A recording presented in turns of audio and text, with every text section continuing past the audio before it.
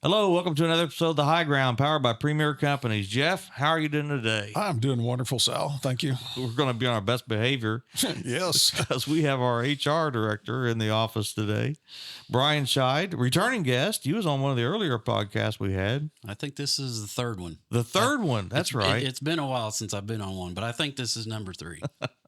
Well, you know the routine. We got to start you off with the question of the day.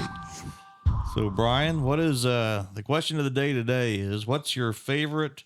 Which breed of dog do you like the most, and why? And which one do you like the least? Well, I'll start out with that. I'm not a dog person. You're not a dog person, but kind of the second part of the story is why. So I'll say my favorite breed of dog. I did have Siberian Huskies. Had 2 of them. Just loved them. Kind of like long hair, right? Yeah, long hair. They're an outside dog, but beautiful dogs. Love the snow, of course, because that's what they're bred for. But unfortunately, nothing says snow like Southern Indiana. Yeah, more like sleet and ice. So no, they didn't have a lot of fun, but they do like cold. So those were my favorite. Unfortunately, didn't have them very long. Because there's no snow. Well, that's part of it, probably. Chasing, and one of them got hit by a school bus. Oh, great. An old Yeller story. Yeah. And then the other one poisoned. Oh my gosh. So ate a bird or something that got into rat poison, and that dog bled out. So. Oh man. Well, that just lowered the fun level of the podcast. Yeah, we went from high ground to low ground. Low ground. So, I should have quantified. Next in line, let's bring it back around. That's okay. What I'm going to. Well, sort of. So, my wife and I at the time got 2 Shetland sheepdogs, little Shelties. So smaller dogs. They're ankle nippers. They're cute little dogs, but at that time we just finished remodeling the inside of the old house that's on our farm, and those dogs literally destroyed everything inside the house. Oh no! From the furniture to the baseboards. Chewed up everything. Yeah. So you're not a dog guy. I'm not a dog person. Those were the last. Those dogs made it for quite a while, and that's the last dogs I've ever been around and owned. So wow, you said no more. There must have been a lot of property damage with those 2 little dogs. It was. We tried everything, the sprays, of course, we couldn't keep them in pens. You know, she wasn't having any of that. We couldn't pin them up or anything at night so we had to let them run. But yeah, they make kennels. So you can put in true HR form, he fired them. He fired them. Big layoff. Change of status. Yep. Well, Jeff, what do you got for favorite and least favorite? You know, my favorite is a new favorite. I grew up with Australian Shepherds all my life, and my new favorite is cattle dogs. Yeah, my new favorite is the standard Schnauzer. And just out of the blue one day, my wife, this is 11, 12 years ago, made the comment that she never gets to pick what kind of dog we have. And I'm like, what dog would you like? She says a standard Schnauzer. I'm like, what? So what does it look like? Yeah, I'm gonna have to Google it just to see what it looks like. It's the little mini Schnauzers that yap all the time. It's just a Schnauzer, but it's standard size. They have giants, standards, and minis. So I found one and went and got it. Kind of got it for her birthday, and fallen in love with the dog. The dog is 11, 12 years old now. Great dog, and and they were actually farm dogs back in the homeland of Germany. So. Schnauzer. Yeah, Schnauzer. Standard Schnauzer. Pretty cool dog. My least favorite would be any little yap and ankle biter, especially little Chihuahuas. Those are the most hateful little things. Napoleon syndrome dogs. Oh, just, yeah. Can't take the little yap and ankle biters. And Chihuahuas always give you the side eye. The big chicken growl, eye. Snarl at you. Yeah. Belligerent. Well, my favorite would probably be, just any hunting dog. I had coon dogs when I was younger, and beagles, and I think labs are probably the best dogs you can have. I know it's a tried and true, but great demeanor with people. Although I've got an older lab male, and man, I tell you, he is getting where kind of acting aggressive to the FedEx trucks, and I've trained him now. I think he's going to run off all the FedEx and UPS trucks so I could save some money. So, leave the Amazon truck. Though, yeah, right? the Amazon truck, right? So he's getting old and grumpy. I think he is. Oh, they say they take on the. Where's he getting that? They take on the the personality of their owners. Oh, that's too easy. God dang it. Well, my least favorite has to be right along the lines with the ones you named. My mother-in-law's got some kind of small dog, and it is the most vicious, demon-possessed little animal I've ever seen in my life. Hateful creature. Give it to Scheid. Non-socialized. My cat would eat it. I don't think he cares. Oh, I don't know. I'll lean over the fence. What breed is it? Is it a mutt? I know I knew he was going to ask. It's pretty common. I mean, it's like this big. That narrows it down. Well, for the people that are listening, probably about, what is that, 8 or 10 inches tall, foot tall, and kind of fuzzy curly hair. Little poodle type-ish. Ish. Yeah, it's not a poodle, but it's something kind of like that. But I mean, just. Does it have rust around its eyes? Yeah. Those old dogs get rust around. I mean, what? Rust. Well, they're like starts turning brown on their hair, and it's like a smoker or something. Yeah. Yeah, they get like stains on their. You don't know. Maybe I just didn't have dogs long enough to get to that point. Oh my God.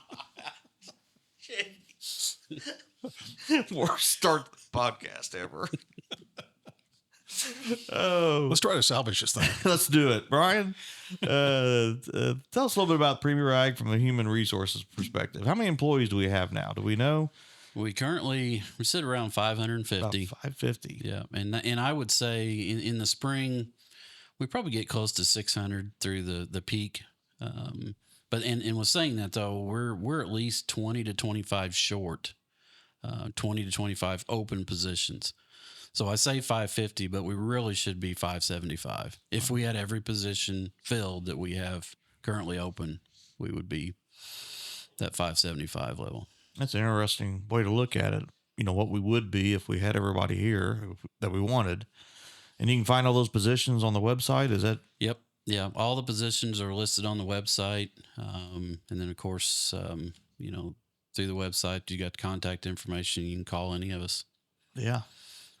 It's kind of difficult because some of them you need to kind of be in an area, right? I mean, the physical geography plays a big part, and of course, qualifications and experience.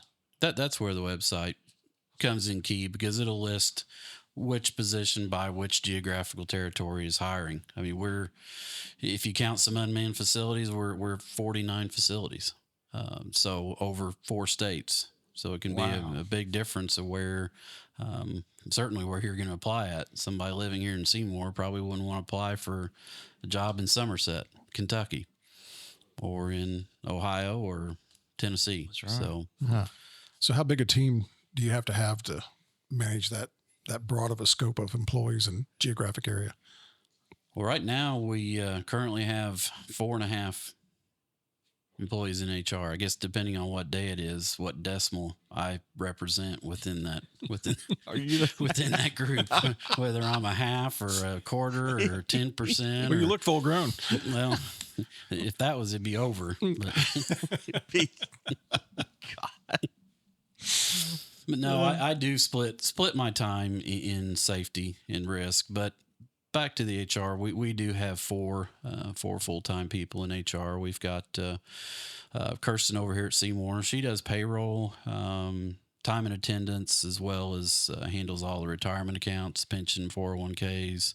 Then we have Michelle Rouse. She does all benefits. I'll just say benefits. That's just one thing, but there's a lot involved when it comes to benefits, whether it be administering to new employees or balancing accounts for the office.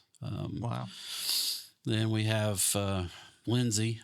She's worked in onboarding, but we're going to refocus her on training.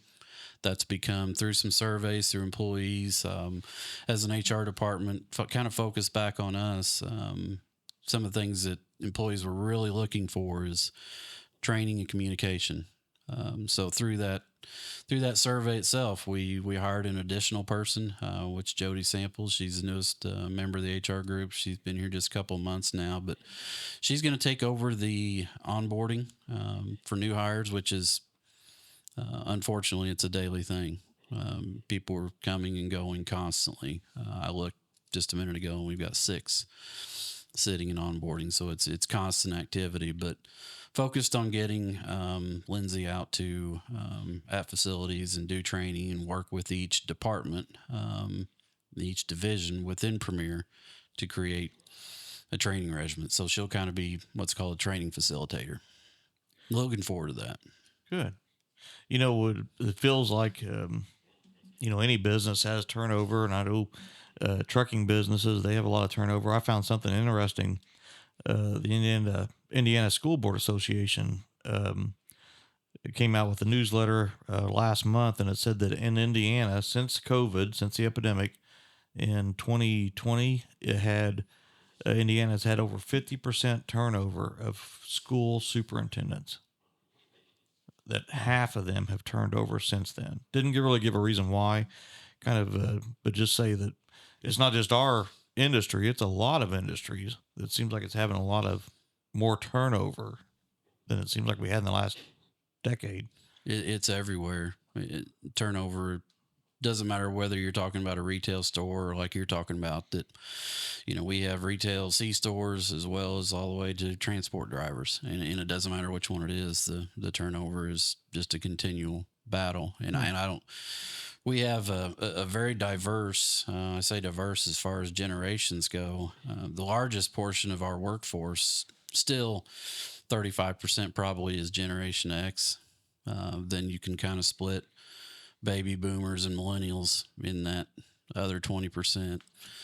A lot of Gen Zers, and then even a few. We've still got a handful of what they call the pre-boomers. So those are your folks that are probably above 70 that are still working. Why are you looking at me? I just shoot fits. He did talk about the side eye. He kind of did that to you a little time. We were talking to me, but kind of glancing at you. Yeah, got to be the old guy in the room. Okay. Happened quick, didn't it? It did. It did.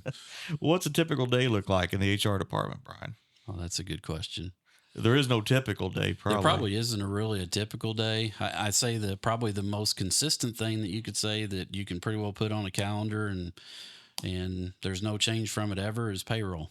And that's about it. Thank you. Yeah, near and dear to our hearts. The rest, somebody will be calling. The rest of it, you could speed those up a little bit if you want to. Yeah, weekly would be tough. There are some companies that pay weekly. Even you see some of them advertise now where you can get paid when you walk out the day for that shift, and I don't know how they manage that, but it is a large process to do payroll, and it's not free to run a payroll. So early and often is all we want. Yes. I would agree. But as far as we try to, each day within HR is another one, kind of like IT support. HR is we're there to work for the employee. We work for all of you guys, as well as the regulatory things and protecting the company, protecting Premier. But for the most part, we're there to work for the employee to make each day a little better in figuring out better ways to communicate to employees. That's an ever challenging thing to, what's the best way to communicate what's going on at Premier, what's happening, what are some upcoming events. And I go back to our diverse across all generations. We've got everything from, our payroll app that'll send banners out if there's an upcoming event or a change in a benefit. It'll scroll across your phone and show you've got a message and what the message is, and you click on it and it's there. But we've got some that's not their form of communication. That's not what they prefer. So we've had to become diverse in our means of communication and be willing to adapt to several different generations. We do bulk emailing. But again, there's some that doesn't reach. So when it comes to benefit administration and upcoming changes, new things to enroll in, open enrollment, we do direct mailers, postcards to employees. And then we've got bulletin boards coming that for premier current events and news to put up at each facility. Oh. So that'll be something new. It's the actual physical bulletin board. Yep. Back to physical. Yep. Bulletin board. Kind of full circle on that. Yeah. Yeah. So we'll come up with a monthly, we're creating a monthly list, things that we can pre-populate and send out to the admins on the first of each month I know it sounds like we're going, physically print out and put on the bulletin board. I think, we're just trying to figure out and trying to get every way that we can best communicate with each employee. One thing about it, if you know it's posted and you don't look at it, kind of blame yourself, really. Well, and that's the open enrollment. Of course, that's everybody knows what open enrollment is, but we went to the postcards for that just because we've got to make sure that everybody sees it. And sometimes if the spouse sees it, that's, hey, honey, your open enrollment's coming up. We need to make some changes and make sure you're there for that meeting. So, yep. That's a good point. And I see that as you travel around and you're in different offices and stuff. And I just recently saw a new employee that came with us, and he is in that generation that's closer to mine, and he's not computer savvy, and he's in a truck, driving. So thankfully he's not scrolling and being computer savvy while he's driving down the road. So, I think those bulletin boards are a great idea. That's something that he can go get that, and he'll get the information he needs, and he doesn't have to worry about where do I find that on my phone. Well, we do. We host a quarterly town hall meeting, which is basically just an open format through Teams where everybody in the company that has an email, send an invite, send a link to join the meeting, and we'll have different topics, but we try to keep it to 15 minutes of having somebody come in. For example, last month's was on our employee assistance program, which is not only mental health as, people going through issues, but somebody needs a quick will or maybe some financial things. There's a lot of things through the employee assistance program, but anyway, we do these town halls, and it's another way of communication, trying to do whatever we can to open those lines up. And we're probably at tomorrow's meeting, we'll probably discuss what we're going to do for fourth quarter. So just because it's coming around, isn't it? Yeah, we're here for open enrollment. It's hard to believe, and I know, coming from agronomy, we just did open enrollment, right? Right, yeah, and just like agronomy, you feel like you just got done planting, you're spraying, you're harvesting, and next thing you know, you're planting again. Same thing with open enrollment. By the time we roll one out, which will be the end of October, first few weeks of November, by the time everything's implemented before December 31, right at the first year, we're beginning to talk about what we're going to do in 2025. So it's a never-ending circle. Jeez. Well, you also have some safety responsibilities. So tell us about some of those. That's an ongoing thing. It is. And so the safety part, being my office is in Lagodi, so be considered maybe the western edge or western side of our territory. The western frontier. Western frontier. We got the north, south. I don't know how else to describe a geography. We have to say north, south, east, and west to kind of. There's no other way to put it. No, that's right. So on the western front. I'll assist Jerry if we have something, on the lines of spills or some kind of an incident or something. I'm in that area that I can respond to something fairly quickly and assist those facilities over there. But really, HR and risk and safety just intertwine with each other so much that the two of them really go hand in hand. Whether you're talking about training, that you've got safety training that coincides with HR. You've got your rosters, your departmental rosters for your CDLs, and all the things that go along with that. Whether it be your hazmat tests that come about, or your quarterly randoms, or things like that are intertwined between risk and safety, and then injuries, things like that. Until we merged, and you brought the experience in the merger, you handle both roles there, and I don't think I ever really realized that they match up. It kind of is the same department almost, because you're human resources. You're trying to keep them safe and Sure. And keep them healthy, keep them trained, and everything else. It does match up, so it kind of makes sense for that to reside in the same area. Yeah, I don't want to say back in the day, Back in the day. back in the day, you always hear that, but pre-merger there was in pre-Michelle, White River just had one person for risk and one person for HR and IT. Same guy probably. Well, no, or lady. we did hire that out, but through the merger has just helped. It helps in a lot of facets, but my gosh, I mean, just the resources that we have now as a group that we were as individuals, it's great. Well, Jackson Jennings and the old Premier Ag was the same. I mean, it was, I think the IT department was whoever was best at the computer that day. I mean, and it's the same for everybody that was in that size range. Yeah, that's. I don't think. I don't think people realize that what is, especially when you start to get more and more employees, they don't realize the size and scale of stuff that goes on behind the scenes. They think we just show up and we spray fields and we haul a little fuel and everything just happens out of, by magic. But you guys are doing a big job behind the scenes, and at the same time, you're making sure we're doing everything in a safe manner, and that's pretty cool. But I got to ask you, here comes the but. What's the craziest safety incident that you've seen? Oh no! In all your year, I mean, there's got to be one that stands out. That's like, And we can say it was somewhere else. It doesn't have to be ours. Okay, like maybe something I drove past somewhere else and Yeah, saw. exactly. Exactly. Okay, so I'd say probably the craziest thing that I saw was had, I would say, a dozen pallets on a forklift. They were, I mean, I'll give them credit. They were ratchet strapped together. That's a good stack. So they didn't shift. And then a ladder. Oh no! On that to get up to a roof. So that's probably the craziest one that I saw. But at least they were ratchet strapped. Yes, they did attach. That way, the pallets, you didn't want them to shift. Was it one of those Rural King or Harbor Freight? Yeah, the little, yeah. That you wouldn't trust your four-wheeler. And that has been years ago. So oh my gosh. That's not a current event.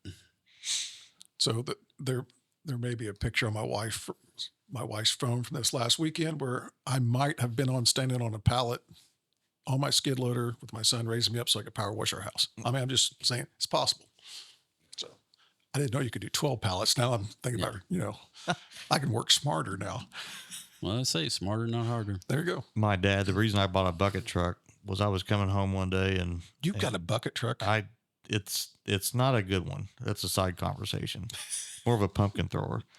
But I was coming home and I looked over and I'm like, oh my gosh. And I pulled in and Dad had the old backhoe up against the old milk house, running, of course, because the battery was low. Didn't want to turn it off.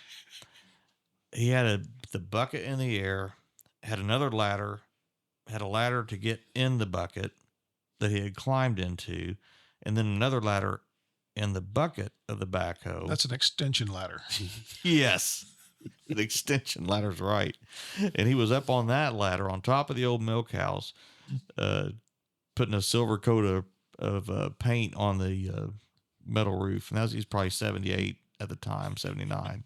Well, nobody likes OSHA, but for every regulation in their books happened because there's a reason. There's a reason.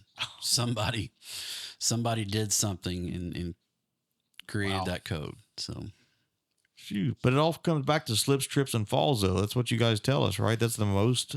It is. That's the so number it's the little one. things? Yeah, it is. It's the little things. That's the number one incident that we have at Premier, and it's also the number one that OSHA has. That's not the number one fine, but as far as like stuff that happens, it's slip, trips, and falls.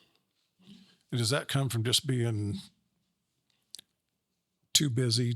I'm in a hurry. I don't have time to put this up. I'll get it later.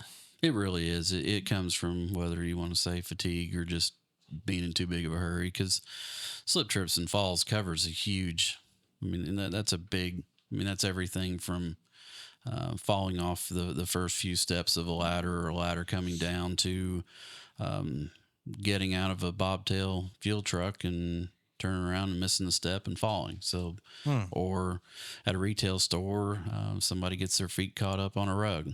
So it is a big area. I mean, well, that makes more sense. I kind of think about that like being in the office or something or across the parking lot. But yeah, even that with a rug or something here. Yeah. So it does. Slip, trips, and falls covers a broad area.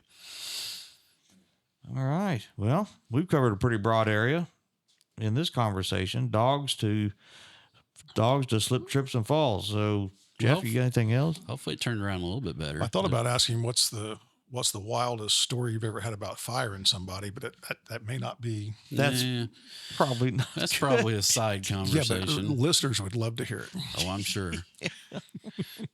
Let their imaginations run wild. Let's stick. This one kept going negative. We got to keep it positive. So wait till Brian Scheid retires and writes a book. Then you can list all those things, and we'll buy the book. See? Painting me in a corner. Yep. Well, Brian, thank you for joining us today on Thank you. the Thanks, high Brian. ground, which we tried to keep as the high ground. And that is another episode of the High Ground powered by Premier Companies. And if you like it, please subscribe. And thank you and have a good day. Thank you.